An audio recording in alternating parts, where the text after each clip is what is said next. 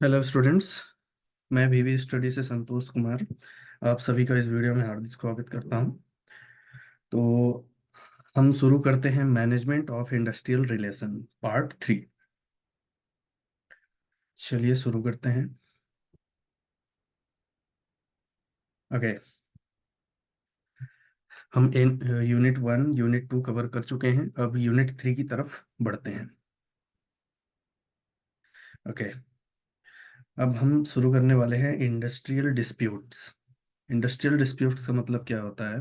Disputes मतलब लड़ाई, लड़ाई झगड़ा, कुछ भी हो सकता है। लड़ाई झगड़ा और मनमुटाव, ये सब डिस्प्यूट में आते हैं, इंडस्ट्रियल डिस्प्यूट में आते हैं। ठीक है। According to Section 2K of the Industrial Dispute Act 1947, any dispute or difference between employers and employers, or between employers and workmen, or between workmen and workmen, which is connected with the employment or non-employment or the terms of employment and condition of employment of any person.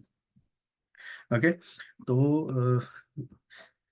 According to section 2 के अनुसार यहाँ पर industrial dispute act 1947 के हिसाब से dispute और difference between employers and employees, मतलब कि ये एम्प्लॉय के बीच में भी हो सकता है, एम्प्लॉयर्स के भी बीच में भी हो सकता है, एम्प्लॉयर्स एंड वर्कमैन के बीच में हो सकता है। मनमुटाव बना रहता है कि वो अच्छे से काम नहीं कर रहा, वो मेरी बात नहीं सुन रहा है। ठीक है। वर्कमैन वर्कमैन के बीच में हो सकता है, ये आपस में क्या कनेक्टेड रहते हैं, आसपास ये काम करते रहते हैं और साथ में दोस्ती इतनी गहरी हो जाती है कि बात करते करते कभी भी लड़ाई हो जाती है, डिस्प्यूट हो जाता है। तो इसका एरिया क्या है, धीरे धीरे बड़े होने लगता है, बड़ा होने लगता है। ठीक है। एम्प्लॉयमेंट एम्प्लॉयमेंट एम्प्लॉय के साथ नॉन एम्प्लॉयमेंट के साथ नहीं बन रही है, किसी के साथ बन नहीं रही है। ठीक है। और the terms of employment of conditions, उनके कंडीशन के खिलाफ काम कराया जा रहा है कि उनको जो चाहिए वो मिल नहीं रहा है। ठीक है। तो 1947 में एक सेक्शन 2K निकाला गया कि आपको पूछना पड़ेगा अपने एम्प्लॉय से। आप किसी भी कोई भी डिसीजन लेते हैं, कुछ भी अगर प्रोग्राम करते हैं, तो एम्प्लॉयमेंट को क्या करना पड़ेगा, उसमें शामिल करना पड़ेगा। तो चलिए आगे चलते हैं कि कैसे हम एम्प्लॉय को मतलब डिस्प्यूट को कैसे दूर कर सकते हैं। ठीक है। ओके। Okay, all right. अर्ग अर्ग for higher wages and profit, किस लिए हो सकता है ये? उनको हाई वेजेस ना मिल रहा हो, उनको प्रॉफिट ना मिल रहा हो, तो मैनेजर और एम्प्लॉय के बीच में क्या हो सकता है, लड़ाई हो सकता है, डिस्प्यूट हो सकता है, दोनों के बीच में लड़ाई हो सकता है, मनमुटाव हो सकता है कि वो मेरी सैलरी नहीं बढ़ा रहा है, मैं ये चाह रहा था लेकिन वो हो नहीं रहा है। मतलब हमसे पूछा नहीं जा रहा है, कि हमको सिर्फ मजदूरों की तरह काम कराया जा रहा है बस। ये था conflict among workers and employers. किसी के साथ कॉन्फ्लिक्ट्स हो गया, जैसे कि ये वर्कर के साथ हो गया और वर्कर एंड एम्प्लॉय के बीच में हो गया। तो कॉन्फ्लिक्ट्स क्या है, नहीं होना चाहिए लेकिन हो गया, मतलब कि डिस्प्यूट हो गया, लड़ाई हो गई। ठीक है। Conflict is not a personal, conflict कभी भी पर्सनल नहीं होता है, और अगर हो भी जाता है तो वो पर्सनल प्रॉब्लम में आता है, वो इंडस्ट्रियल के प्रॉब्लम में नहीं आता है। ठीक है। Conflict is not personal. फिर जब ये पर्सनल जो हो जाता है, उनकी जो डिमांड रहती है वो पूरी नहीं की जाती।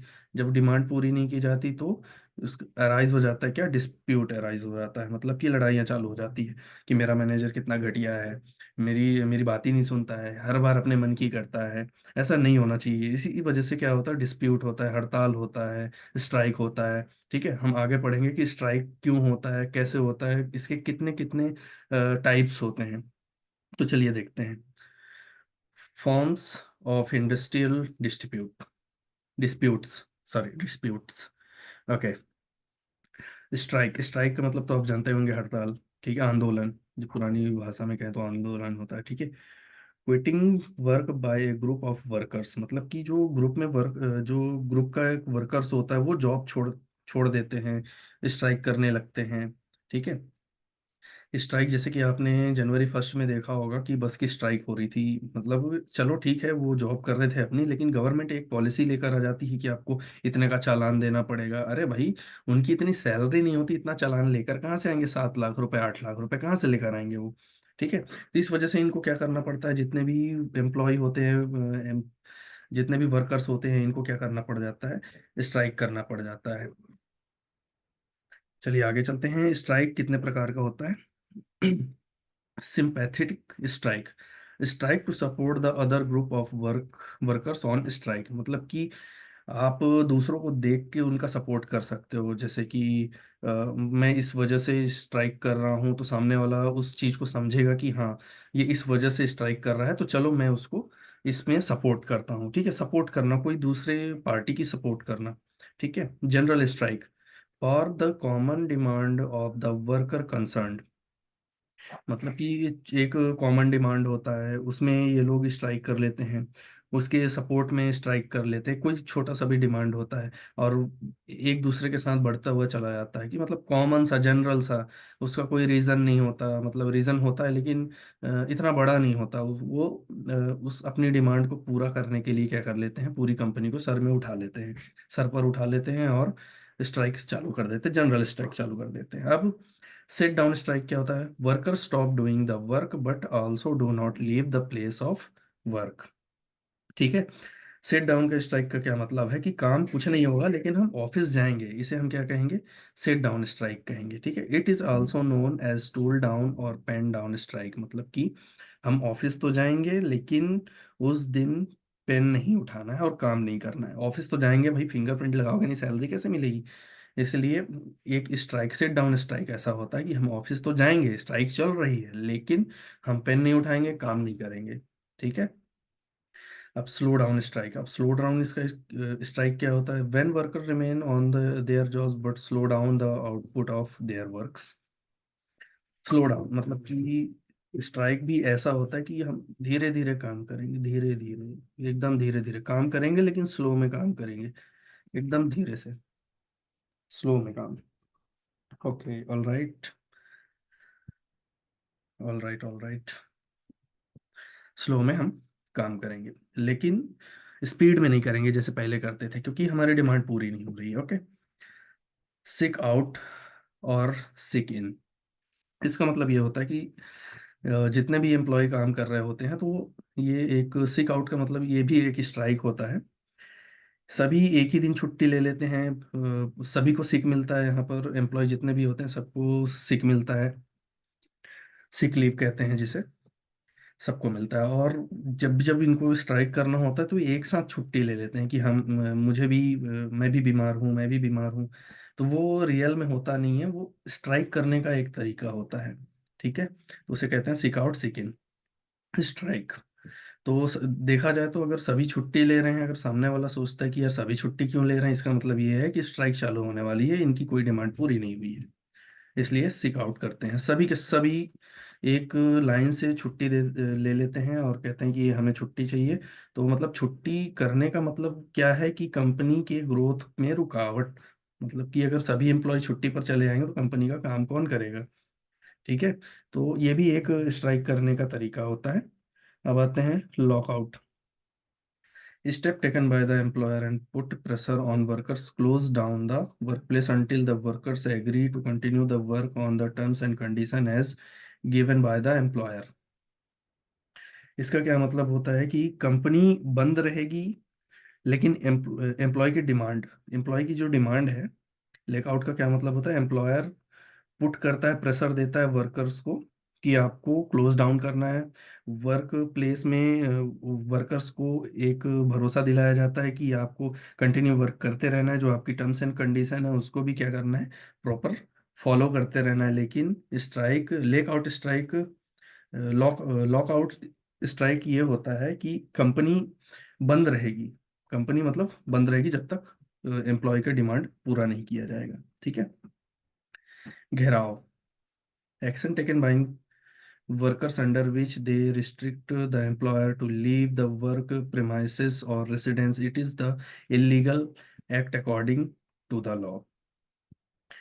घेराव, घेराव का मतलब क्या होता है, जैसे कि अगर दिल्ली में मेंबर ऑफ पार्लियामेंट आपने देखा होगा, ये सब के बीच में गवर्नमेंट मतलब ऑफिस रहता है, उसके सामने घेराव कर लेते हैं कि हमारी जब तक डिमांड पूरी नहीं होगी आप लोगों को निकलने नहीं देंगे।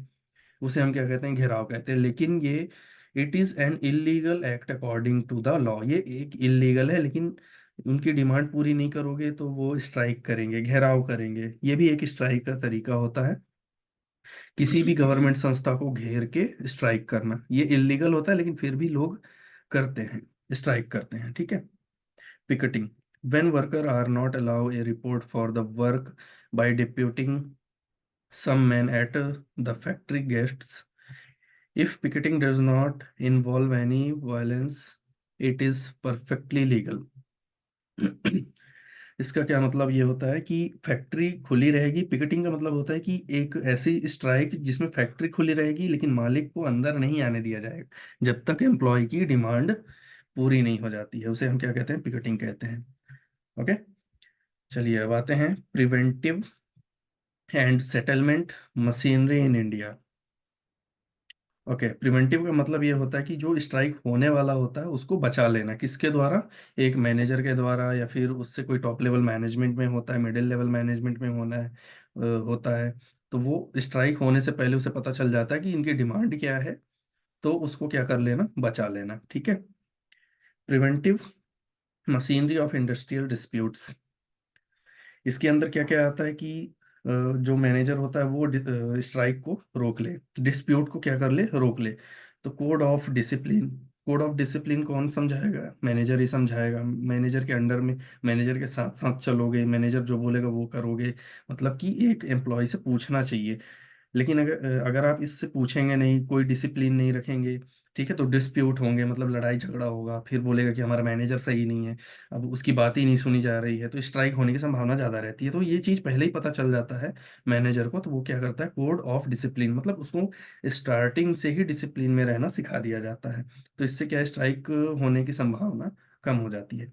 ज्वाइंट कंसल्टेशन, अगर स्ट्राइक होने की संभावना है कि भाई क्या प्रॉब्लम है, काम क्यों नहीं कर रहे हो, ठीक है, अगर संभावना है तो जाकर उनसे बात करें। ज्वाइंट कंसल्टेशन, एक ग्रुप को एक मीटिंग ले लेना चाहिए कि हाँ, हमें हमारी ये डिमांड है, अगर आप पूरा करते हैं तो हम स्ट्राइक नहीं करेंगे, ठीक है। तो ये एक तरीका होता है रोकने का, कि हम जाकर डायरेक्ट उनसे बात करें।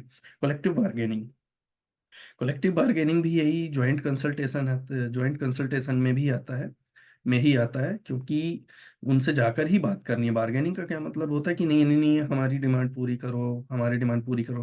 हमारी डिमांड का मतलब ही, जैसे आप सब्जी लेने जाते हो, 50 रुपए किलो टमाटर है, ठीक है, आप बार्गेनिंग करते हो कि नहीं हमको 40 में चाहिए, ठीक है, तो वो आपकी डिमांड को क्या कर देता है? पूरा कर देता है। ये चलो ठीक है, 40 में ले जाओ, ठीक है। उसी तरह ज्वाइंट कंसल्टेशन कलेक्टिव बार्गेनिंग होता है कि आपको, चलो आपकी डिमांड पूरी कर दी जाएगी, ठीक है। तो ये स्ट्राइक होने से बचा लेता है मैनेजर। ग्रीवियंस रिड्यूसल प्रोसीजर, ठीक है, शिकायत को हटा देना। नो स्ट्राइक मतलब कि अगर कोई एम्प्लॉय अगर शिकायत कर रहा है किसी चीज का, तो उसका सॉल्यूशन दे देना। उसका सॉल्यूशन दे दोगे तो स्ट्राइक होगा ही नहीं, ग्रीवेंस होगा ही नहीं, ठीक है। ग्रीवेंस का मतलब ये होता है शिकायत। Standing orders, rules and regulation follow करना। स्टैंडिंग ऑर्डर्स मतलब होता है रूल्स एंड रेगुलेशन को फॉलो करना।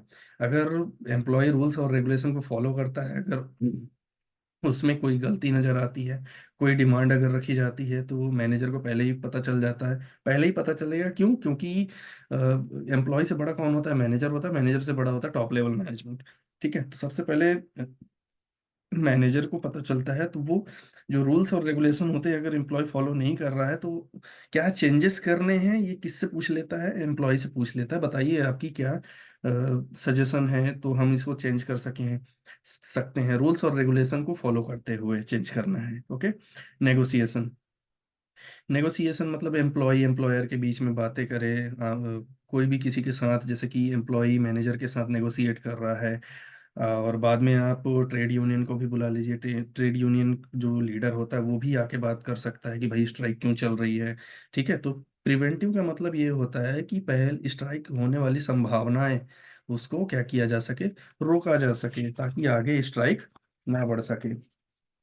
आगे स्ट्राइक बढ़ेगा तो प्रॉब्लम होगी, कंपनी की ग्रोथ रुक जाएगी। इसलिए सबकी बातें सुनना बहुत ज़रूरी है। इससे क्या होता है? स्ट्राइक को रोका जा सकता है, ओके।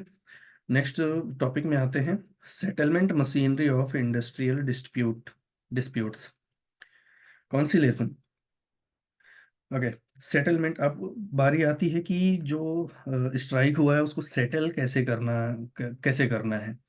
कि क्या डिमांड है, अगर वो कंपनी के ऑनर पूरा नहीं कर पा रहे हैं तो इसके लिए क्या करना चाहिए। कंसलेशन ये न्यूट्रल होता है पूरी तरह से। कंसलेशन और mediation significant third party of intervention in promoting to voluntary settlement of disputes.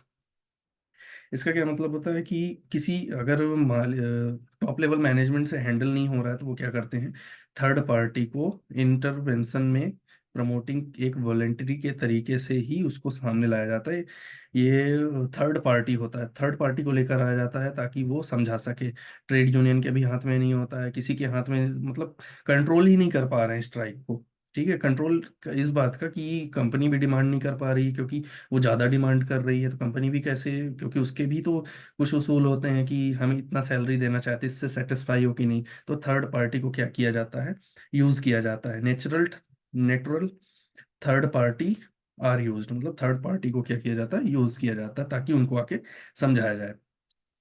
Under the industrial dispute act 1947, conciliation officer if failed then conciliation board.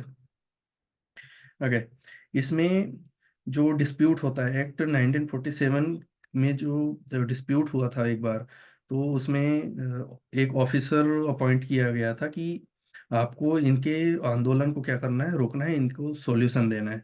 अब अगर थर्ड पार्टी भी इसका सॉल्यूशन नहीं दे पाती तो कौन आता है, कॉन्सुलेशन बोर्ड आता है। कॉन्सुलेशन बोर्ड को क्या किया जाता है, एक्टिवेट किया जाता है, उनको बुलाया जाता है, और इसके पास टाइम लिमिट रहता है कि आपको 14 दिन के अंदर इनको इनकी प्रॉब्लम को रिजॉल्व करना है। ठीक है, लेकिन ये बोर्ड भी इनके प्रॉब्लम को रिजॉल्व नहीं कर पाती तो फिर इसके बाद कोर्ट ऑफ इंक्वायरी बैठती है। कि कोर्ट ऑफ इंक्वायरी की सबसे सबके हाथ से ये चला जा रहा है, रुक ही नहीं रहा है स्ट्राइक, ना थर्ड पार्टी की बात सुन रहा है ना किसी की बात सुन रहा है। तो अब ये किसके पास चला जाएगा, कोर्ट ऑफ इंक्वायरी के पास चला जाएगा। ठीक है, अब आते हैं एट्रीब्यूशन। एट्रीब्यूशन मतलब voluntary attribution, both party choose an attributor, third party and neutral party. ठीक है, इसमें दो दो पार्टी को यूज किया जाता है। ये जो दो पार्टी देख रहे हैं आप, इन दोनों पार्टी को क्या किया जाता है, चूज किया जाता है ताकि आप भी मिले और हम भी मिले, कॉन्सलेशन भी मिले और एट्रीब्यूशन भी मिले। ये दोनों मिलकर एक बीच का रास्ता निकालते हैं। अगर ये भी नहीं कर पाता है तो फिर लास्ट में एक एडजुकेशन ये पार्टी आती है। इस पार्टी में भी देखना पड़ता है कि कैसे करना कैसे है, इनको फाइनली जजमेंट कैसे देना है हमको।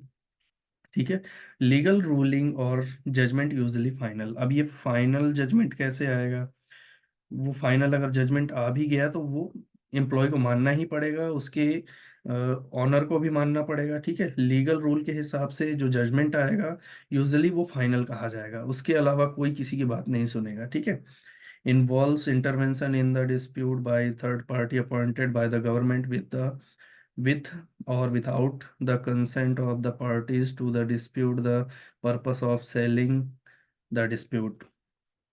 इसका मतलब ये होता है कि गवर्नमेंट के द्वारा एक थर्ड पार्टी भेजा जाता है, अगर उनसे भी सॉल्व नहीं होता थर्ड पार्टी भेजा जाता है, जिसे हम क्या कहते हैं, कोर्ट ऑफ इंक्वायरी कहते हैं। कि अब जो भी लीगल रूल के हिसाब से जो भी जजमेंट आएगा वही फाइनल डिसाइड किया जाएगा। ना ही ये किसी एम्प्लॉय के हक में जाएगा, ना ही किसी मैनेजर के हक में जाएगा, ना ही टॉप लेवल। ये सभी को मानना है, ऐसा नहीं है कि सिर्फ लोअर लेवल मैनेजमेंट ही मान रहा है, मिडिल भी मान रहा है, बस टॉप लेवल मान ही नहीं रहा है।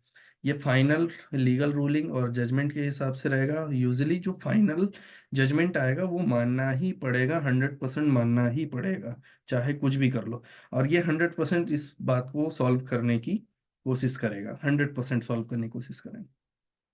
The industrial dispute act 1947 provides 1947 provides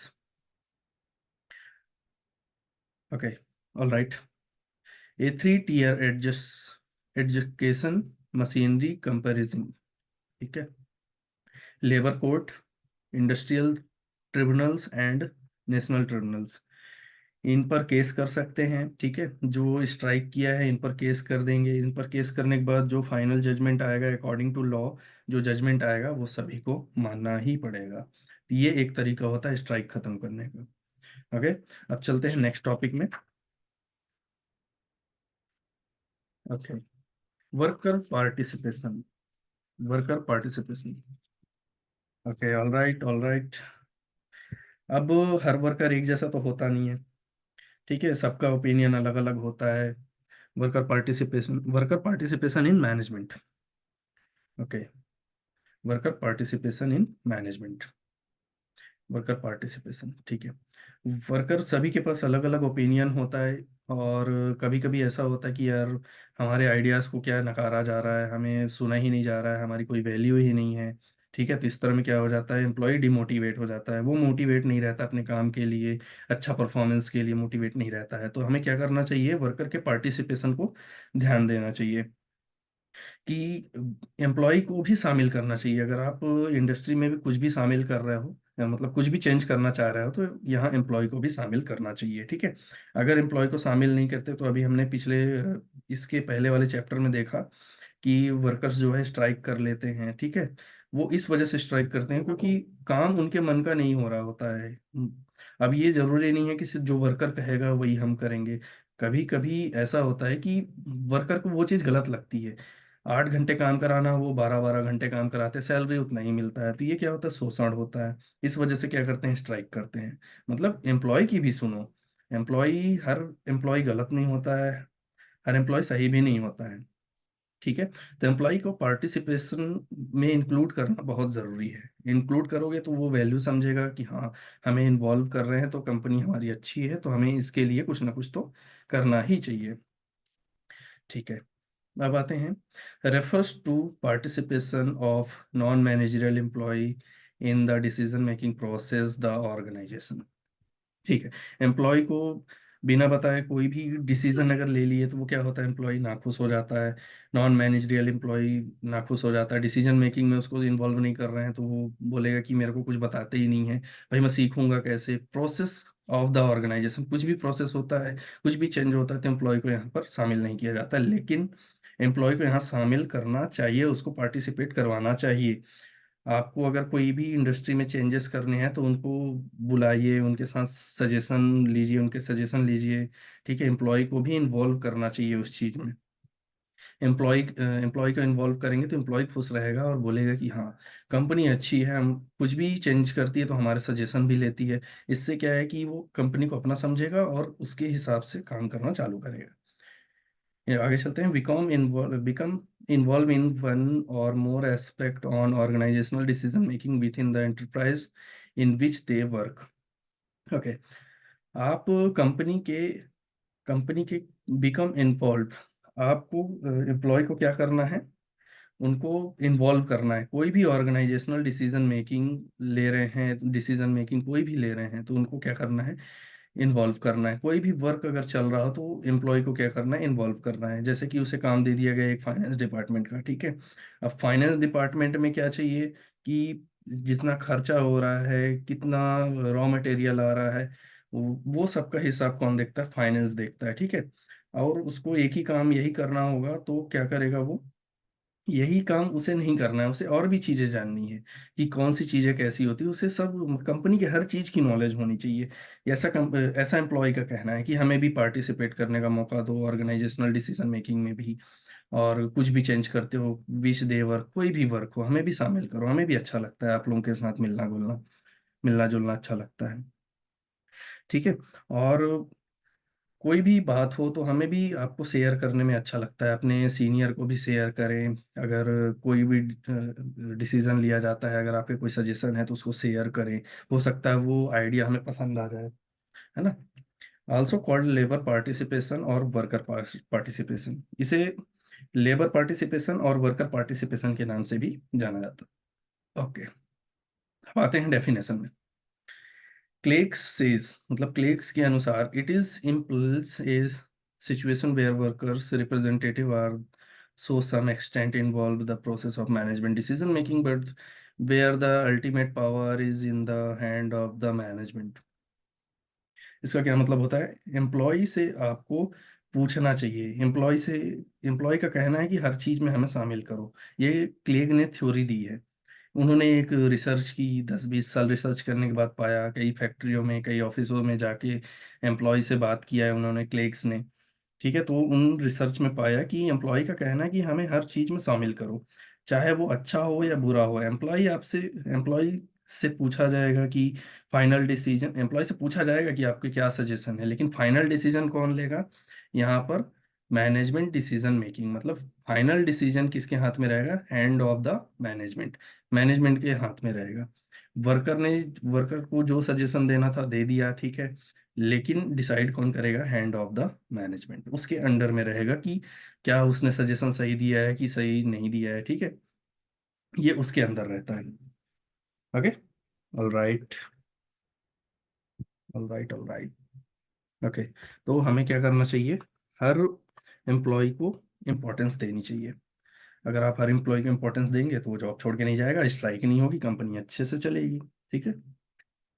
ILO, ILO का मतलब होता है इंटरनेशनल लेवल ऑर्गेनाइजेशन। ठीक है, ये किसी भी ग्रुप में पार्टिसिपेशन हो सकता है, जो भी अपने रिप्रेजेंटेटिव्स हैं, डिसीजन मेकिंग प्रोसेस है, ranking form, exchange of information, consultation, decision and negotiation to more institutionalized forms such as the presence of worker member, management or supervisory board, even management by workers themselves।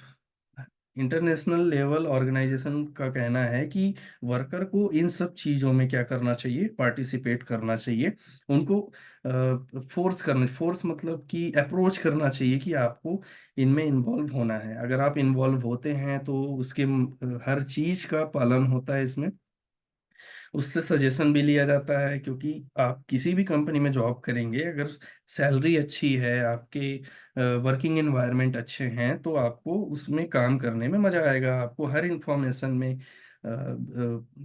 Involve किया जाएगा, consultation में involve किया जाएगा, decision and negotiation में involve किया जाएगा, तो आपको भी अच्छा लगेगा कि हाँ चलो, यहाँ कम से कम एम्प्लॉय की वैल्यू तो करते हैं। तो क्या होगा? वर्कर उससे बहुत खुश होगा कि हाँ चलो, कंपनी हमसे सजेशन लेती है, हमारी वैल्यू करती है। एक एम्प्लॉय की वैल्यू करना, ये जब भी आप कभी जॉब करने जाएंगे, आप भी कभी टॉप लेवल मैनेजमेंट में बनेंगे, टॉप लेवल मैनेजमेंट में जाएंगे, तो आपको भी क्या करना होगा? एम्प्लॉय की कदर करनी होगी, उसके सजेशन लेने होंगे, लेकिन सजेशन लेने के बाद हैंड ऑफ द मैनेजमेंट, इसका मतलब क्या है कि आपके हाथ में रहेगा कि उसका सजेशन लेना है या नहीं लेना है।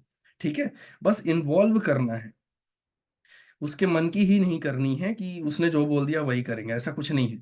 ठीक है, hand of the management, suggestion ले लिया आपने, सही है तो उसको आगे बढ़ाओ, गलत है तो ये आपके हाथ में। ठीक है। ओके, अब आते हैं ऑब्जेक्टिव में। Objective, increase economic, social and psychological. ठीक है, एम्प्लॉय को अगर पार्टिसिपेट करने का मौका दिया जाए तो वो अच्छे से काम करेगा, अच्छे से परफॉर्मेंस दिखाएगा। ठीक है, जिससे क्या होगा? इकोनॉमी बिल्ड होगी कंपनी की, सोशल एंड साइकोलॉजिकल जितने भी प्रॉफिट्स होंगे वो सब बेस्ट काम करके देगा एम्प्लॉय। ठीक है, इसलिए एम्प्लॉय की वैल्यू करनी चाहिए, ना कि उससे ना पूछना, ये तो एक सोशल इंसर्ट हो जाता है कि हमें पूछता ही नहीं है। ठीक है, to raise level of motivation of worker by closer involvement. इससे क्या होता है कि अच्छे से जो लेवल है, और लेवल ऑफ मोटिवेशन मतलब एम्प्लॉय का जो लेवल होता है मोटिवेशन का, वो काफ़ी हाई हो जाता है। फिर वर्कर बाय क्लोजर इन्वॉल्वमेंट मतलब वो ज़्यादा इन्वॉल्व होने लगता है। ज़्यादा इन्वॉल्व होने से क्या है कि वो अच्छा परफॉर्म करता है, और अच्छा परफॉर्म करता है तो क्या होता है? इकोनॉमी, उसकी कंपनी की इकोनॉमी क्या हो जाती है? बढ़ती है, मतलब प्रॉफिट बढ़ता है, फाइनेंशियल बढ़ता है, फाइनेंशियल प्रॉब्लम खत्म हो जाती है। Okay, to provide opportunity, unity of expression and to provide a sense of importance of workers. Problem आप उनको बता सकते हैं, ठीक है, प्रॉब्लम बता सकते हैं उनकी, क्या प्रॉब्लम है। अगर वो प्रॉब्लम सॉल्व हो जाता है, इसका मतलब ये है कि आप उनके वैल्यू के लायक हैं, आप उनके उनसे वैल्यू ले सकते हैं। ठीक है, ये सामने वाला समझता है कि हाँ काफ़ी अच्छा वर्क कर रहा है, ठीक है, इम्पोर्टेंस देता है हमें, तो इसमें क्या होता है? एम्प्लॉय खुश रहता है, स्ट्राइक के बारे में सोचता ही नहीं है। ठीक है, to develop ties of understanding leading to better effort of and harmony. इसका मतलब क्या होता है कि बेटर अंडरस्टैंडिंग बढ़ जाती है, मतलब अंडरस्टैंडिंग उसकी अच्छी हो जाती है, अंडरस्टैंडिंग लीडिंग अच्छी हो जाती है, बेटर एफर्ट ऑफ हार्मोनी, मतलब कि ये डेवलप हो जाता है, तो वो स्ट्राइक के बारे में सोचता ही नहीं है। कि क्यों सोचना, कि जब सब कुछ हमारे मन के मुताबिक हो रहा है, हम जो सजेशन देते हैं सामने वाला उसको पास कर देता है, फिर इसके बाद पास कर देता मतलब ये है कि मान जाता है कि हाँ आपका आइडिया एकदम सही है, तो उसे हम आगे बढ़ाते हैं। अगर आपका आइडिया सही नहीं है तो बता देते नहीं नहीं नहीं नहीं, ये सही आइडिया नहीं है, इससे ये प्रॉब्लम हो सकती है। अगर आपका आइडिया सही है तो आप, आपका जो अंडरस्टैंडिंग लेवल है वो काफ़ी हाई हो जाएगा, आप काफ़ी डेवलप भी हो जाएंगे आगे। चलिए आगे चलते हैं एडवांटेजेस में। Acceptance of and commitment toward organisational goals. इसमें जो ऑर्गेनाइजेशनल का जो कमिटमेंट रहता है, ऑर्गेनाइजेशनल गोल का जो कमिटमेंट रहता है, एम्प्लॉय बोलता है कि हाँ मैं इसे एक्सेप्ट करूंगा। जब वो एक्सेप्ट कर लेता है इन सब चीज़ के होने के बावजूद, तो वो स्मूथ काम करने लगता है, मतलब कि एकदम मन से काम करने लगता है। एक मतलब स्मूथ काम करने लगता है, समझ रहे हैं ना आप? Smooth implementation of a organisational change, और उसमें स्मूथली चेंजेस आने लगते हैं। एम्प्लॉय से बात करने करके ही चेंज करना है, इसका मतलब ये है कि एम्प्लॉयज अगर कुछ चेंज करना चाह रहे हो तो स्मूथली चेंज करें, ऐसा एम्प्लॉय का कहना होता है। तो उसका कहना भी मानना चाहिए अगर वो सही बोल रहा है तो। Improve productivity, moral, self esteem and motivation of employees. Sorry for that. इसमें इन्वॉल्व रहता है तो उसको इम्पोर्टेंस दी जाती है, वो मोटिवेशन मोटिवेट रहता है, बहुत ज़्यादा मोटिवेट रहता है तो उसको इम्पोर्टेंस दी जाती है, उसको वैल्यू दी जाती है। ये एडवांटेजेस रहता है एम्प्लॉय को मिलता है। Leads leads to increase job satisfaction and job involvement. ठीक है। तो जो जो जॉब सेटिस्फेक्शन होता है वो क्या हो जाता है, इंक्रीज हो जाता है इन सब चीज़ों को देखते हुए। ठीक है। और जॉब का इन्वॉल्वमेंट क्या हो जाता है, बढ़ जाता है। कंपनी छोड़कर नहीं जाएगा, कभी नहीं जाएगा। क्यों? क्योंकि उसकी वैल्यू की जा रही है, उसको इंपॉर्टेंस दिया जा रहा है। ठीक है। Minimise labour turnover. अब लेबर जो टर्नओवर है वो भी कम हो जाएगा, वो कंपनी छोड़ के नहीं जाएगा। कंपनी छोड़ के कई लोग क्या है जाने लगते हैं, क्यों? क्योंकि उनको अच्छा पैकेज नहीं मिल पाता है, उनका डिमांड पूरा नहीं किया जाता है। तो क्या हो जाएगा, मिनिमाइज लेबर टर्नओवर, मतलब लेबर का जो टर्नओवर है वो धीरे धीरे खत्म होता चला जाएगा, मतलब कंपनी छोड़कर कोई नहीं जाएगा। ठीक है। It establish better communication in the organisation. तो better communication in the organisation, इसमें क्या होगा, बेटर इस्टेब्लिश हो जाएगा। बेटर कम्युनिकेशन के लिए ऑर्गेनाइजेशन, मतलब टॉप लेवल से मिडिल लेवल से लोअर लेवल, इसका जो कम्युनिकेशन है वो तालमेल अच्छा बैठेगा। इससे क्या है, कंपनी कंपनी जो एम्प्लॉय होते हैं वो काफ़ी अच्छा सोचेंगे अपने सीनियर्स के बारे में, कम्युनिकेशन बिल्ड एकदम अच्छा हो जाएगा। Allow employee to make better suggestion, industrial peace. इसका क्या मतलब होता है कि पार्टिसिपेशन पार्टिसिपेशन में ही रहना चाहिए। इससे क्या होगा कि बेटर सजेशन मिलेगा एम्प्लॉय से। इंडस्ट्रियल पीस मतलब शांति बनी रहेगी, कोई दिक्कत नहीं है, कोई डिस्प्यूट नहीं होगा, कोई स्ट्राइक नहीं होगा, कुछ भी नहीं होगा। ये बेनिफिट रहता है एम्प्लॉय के लिए। ठीक है। अब आते हैं methods of forms. Participation at the board level. Participation as the board level at the board level, employee representative at board of directors. इसका क्या मतलब होता है कि अगर बोर्ड ऑफ डायरेक्टर ने कोई मीटिंग रखी है तो टॉप लेवल आपस में मीटिंग कर लेते हैं, लेकिन मिडिल लेवल लोअर लेवल को नहीं बुलाते हैं, कि कहते हैं कि इनकी क्या ज़रूरत है, ये काम तो अपना है, इनको बाद में इन्फॉर्म कर देंगे। ऐसा नहीं करना चाहिए। उनको क्या करना चाहिए, पार्टिसिपेशन करने के लिए आगे अप्रोच करना चाहिए कि आइए आप लोग भी शामिल होइए, जो भी चेंज करेंगे आप लोग भी सुनिए, अपने सजेशन भी दीजिए। ये काफ़ी अच्छा फॉर्म मेथड होता है उनको अप्रोच करने का, जो वर्कर पार्टिसिपेट नहीं करना चाहते। सभी वर्कर एक जैसे नहीं होते हैं, कुछ वर्कर डिमांडेबल होते हैं, कुछ वर्कर सिर्फ कहते हैं कि नहीं हमको किसी से मतलब नहीं है, हमको सिर्फ पैसे चाहिए, हम काम कर रहे हैं। ठीक है। तो जो टॉप लेवल मैनेजमेंट है, मिडिल लेवल मैनेजमेंट है, participation at the board level, मतलब उनको अप्रोच कीजिए कि आप आइए मीटिंग में बैठिए, आप भी सीखिए, आप भी कभी ना कभी 10 साल 20 साल बाद इस लेवल पर आएंगे आप लोग। ठीक है। Participation through ownership, making them से shareholders of the company. अब क्या है कि कंपनी में जो शेयर होल्डर्स हैं, जो कंपनी के एम्प्लॉय हैं, उनको क्या बनाइए, शेयर होल्डर्स बनाइए। उनको पार्टिसिपेशन थ्रू ऑनरशिप, मतलब ऑनरशिप में भी उसे हिस्सा दीजिए। आप उनको समझाइए कंपनी के बारे में, कंपनी बहुत अच्छी है, कंपनी के शेयर खरीदिए। जब वो शेयर खरीद लेगा तो क्या है कि ऑनरशिप में आ जाता है वो। ऑनरशिप में आएगा वो एम्प्लॉय तो क्या करेगा, कंपनी को अपना समझेगा, और अपना समझ के क्या करेगा, और भी मेहनत करेगा कि हाँ चलो मैं इस कंपनी का एक हिस्सा हूँ, मेरे पास शेयर है। तो उस एम्प्लॉय को बनाइए, उनको समझाइए, है ना। तो इससे क्या होगा, कंपनी में मन लगा रहेगा उसका। ठीक है। Participation through collective bargaining rules and regulation, उसको उसकी बातें सुनिए। जैसे कि 5 बजे की, जैसे कि चेंज करना है, 9 बजे से लेके 6 बजे तक जॉब करनी है, तो आप सजेशन लीजिए एम्प्लॉय से। क्यों? क्योंकि वो बार्गेनिंग भी करेगा कि आप 6 बजे छुट्टी क्यों करिए हैं, 5 बजे छुट्टी कीजिए। ठीक है। तो क्या होगा कि अगर 5 बजे लगता है कि हाँ पॉसिबिलिटीज है, तो एम्प्लॉय को इन्वॉल्व करना चाहिए, कि अकेले में जाके बात नहीं करनी चाहिए। ठीक है। इसमें क्या है, एम्प्लॉय को भी बताओ कि हम 6 बजे छुट्टी करना चाह रहे हैं, क्या आप सहमत है कि नहीं है। तो अगर सहमत होगा तो हाँ बोल देगा, नहीं सहमत होगा तो कहेगा कि नहीं, हम 5 बजे ही छुट्टी लेंगे। ठीक है। तो वो ऐसा करना पड़ जाएगा। क्यों? क्योंकि आपको कंपनी एम्प्लॉय की वैल्यू कर रही है।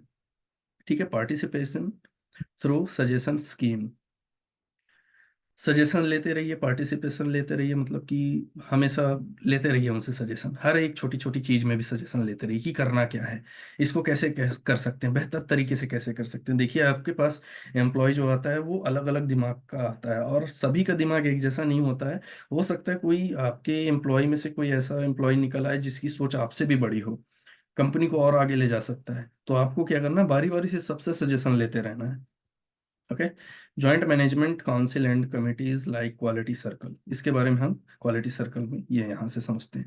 Okay. Quality control circle is a group of worker who do the similar work, meet regularly to identify analyse and solve work related problem. इसका क्या मतलब ये होता है कि जो क्वालिटी सर्कल है एक ग्रुप होता है। ठीक है। Circle is a group of work. जैसे ही किसी किसी को सेम वर्क मिल जाता है तो क्या हो जाते हैं, एक ग्रुप में आ जाते हैं। जैसे फाइनेंस डिपार्टमेंट है, परचेस डिपार्टमेंट है, तो फाइनेंस डिपार्टमेंट के एक ग्रुप अलग हो गया, परचेस डिपार्टमेंट का ग्रुप अलग हो गया, मार्केटिंग डिपार्टमेंट का ग्रुप अलग हो गया। उनसे क्या मतलब हमको, फाइनेंस डिपार्टमेंट से क्या मतलब मार्केटिंग डिपार्टमेंट का। ठीक है। तो ये क्या हो जाते हैं, एक ग्रुप बन जाता है, अलग हो जाता है। तो इनका जो काम करने का तरीका है, तो रेगुलरली मिलते हैं ये लोग आपस में, भाई काम कर रहे हैं तो साथ में तो मिलेंगे ही, हर डेली मिलते हैं, काम से घर जाते हैं, फिर सुबह फिर मिलते हैं। ठीक है। तो identify analyse and solve work related problem, एक दूसरे को समझते हैं और प्रॉब्लम सॉल्व करने की कोशिश करते हैं। ये कैसे पॉसिबल है, जब एक सर्कल इज ए ग्रुप, जब ये ग्रुप काम करेगा तभी। ठीक है। It is consist of minimum 3 and maximum 12 numbers, 12 members in numbers. Okay. इसमें क्या होना चाहिए कि जो minimum three three head 3 and maximum 12 member होने चाहिए, किसमें, क्वालिटी सर्कल में। क्वालिटी सर्कल में 3 से लेके 12 मेंबर होने चाहिए, नंबर ऑफ मेंबर्स। ठीक है। तभी वो ग्रुप कहलाएगा, नहीं तो ग्रुप नहीं है। दो लोगों को कभी भी ग्रुप नहीं कहते। ग्रुप कैसे कहते हैं, 3 से लेके 12 तक के लोगों को ही ग्रुप कहते हैं। इम्प्रूव्ड कम्युनिकेशन, अब इससे क्या होगा कि जब आपस में ज़्यादा बात करेंगे, आपस में प्रॉब्लम को सॉल्व करने की कोशिश करेंगे, तो क्या होगा, इंप्रूव होगा कम्युनिकेशन। ठीक है। Management awareness of employee job related concern, अब इसमें क्या होता है कि जो just a minute, just a second guys. Okay. All right, all right, all right. Okay. Management awareness of employee job related concern, मतलब कि जो एवरेज एवरेज होते हैं एम्प्लॉय, उनको भी सामने लेकर आना, उनके मैनेजर को भी क्या करना, अप्रोच करना कि आप भी सजेशन दीजिए, जॉब से रिलेटेड सजेशन दीजिए। ठीक है। एम्प्लॉय से रिलेटेड सजेशन दीजिए, मैनेजमेंट के अवेयरनेस को लेकर सजेशन दीजिए। ठीक है। तो मैनेजर क्या होता है, अवेयर रहता है पहले से ही कि क्या प्रॉब्लम आने वाली है। ठीक है। पर्सनल ग्रोथ एंड डेवलपमेंट, इससे क्या होगा, एम्प्लॉय का पर्सनल ग्रोथ भी होगा और कंपनी का डेवलपमेंट भी होगा, उसका भी डेवलपमेंट होगा, कंपनी के साथ साथ एम्प्लॉय का भी डेवलपमेंट होगा। Okay. Enhance decision making skills, ये भी इम्प्रूव होगी। इम्प्रूव्ड मोटिवेशन, वो मोटिवेट रहेगा, ज़्यादातर मोटिवेट रहेगा। Improved working condition, improve performance and productivity. ठीक है। ये भी इम्प्रूव होगी साथ साथ, इसका कंपनी का भी और एम्प्लॉयमेंट का भी। ओके। ये वीडियो यहीं तक, अब मिलते हैं नेक्स्ट वीडियो में।